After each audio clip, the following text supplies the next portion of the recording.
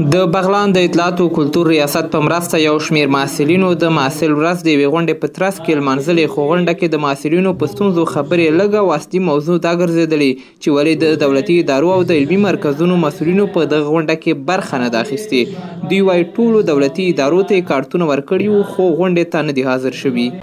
ما در هماهنگی با اتحادیه جوانان که برنامه را اندازی کرده در تمام مقامات کارت‌های دعوتنامه روان کردیم، ولی اونا این مصرفات‌های خودشان است که نتونستند در برنامه حضور پیدا کنند، ولی هماهنگی صورت گرفته با اتحادیه جوانان. اونا مسئولیت توزیع کار در اتحادیه جوانان داشتن که ما در این راستا هست تمام ادارات دولتی دعوت کرده بودیم در هماهنگی با اتحادیه جوانان، ولی اونا شاید به نوع مصرفات‌ها و نتونستند که حضور پیدا کنند. یک اداره دو اداره و بعضی ادارات هم به همین برنامه را به گونه نمایشی در نظر میگیرند، به او خاطر نمیان اشتراک نمیکنند.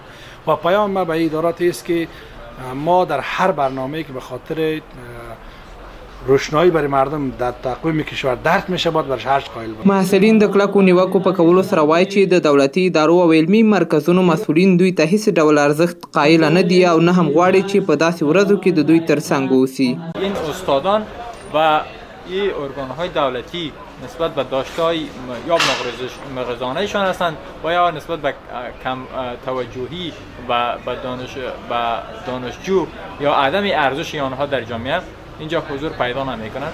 بی‌مسئولیتی همیشه در ارگان‌های دولتی حکومتی وجود داشته.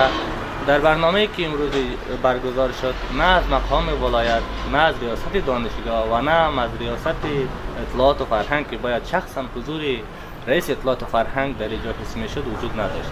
د بغلان پوهنتون محصلین د دولتي ادارو او علمي مرکزونو له مسؤلینو څخه په کلکه غواړي چې له دوی د ملاتړ وکړي او ورسره د په هر اړخیزو برخو کې همکار پاتې شي.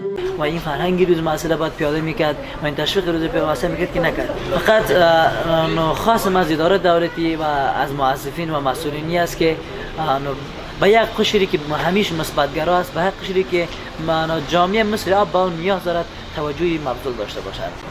خاص هم از ارکان دولتی و از مقامات بلندپایه‌ای هستند که باید جوانان را حمایت زیادتر بکنند، برنامه‌های انکشافی برای جامعه برایشان به خاطر تحصیلاتشان زیادتر داشته باشند. دیگر مقامایی هستند که مواصل هر جای احترام نمیگذارند و در اینجا حداقل 2 یا 3 دانشجو باید حاضر میبودند و یک مواصل حس میکرد که چنین شخصیت‌هایی در اینجا نشسته است و ما قابل قدر بودیم. په غونډه کې ځوانانو د نورو ستونزو د شتون ترڅنګ هم د دولت لخوا ځوانانو ته د لوړو زده کړو د اسانتیاوو د نه برابرولو او د کارونو له نشتوالي له امله شکایتونه وکړل.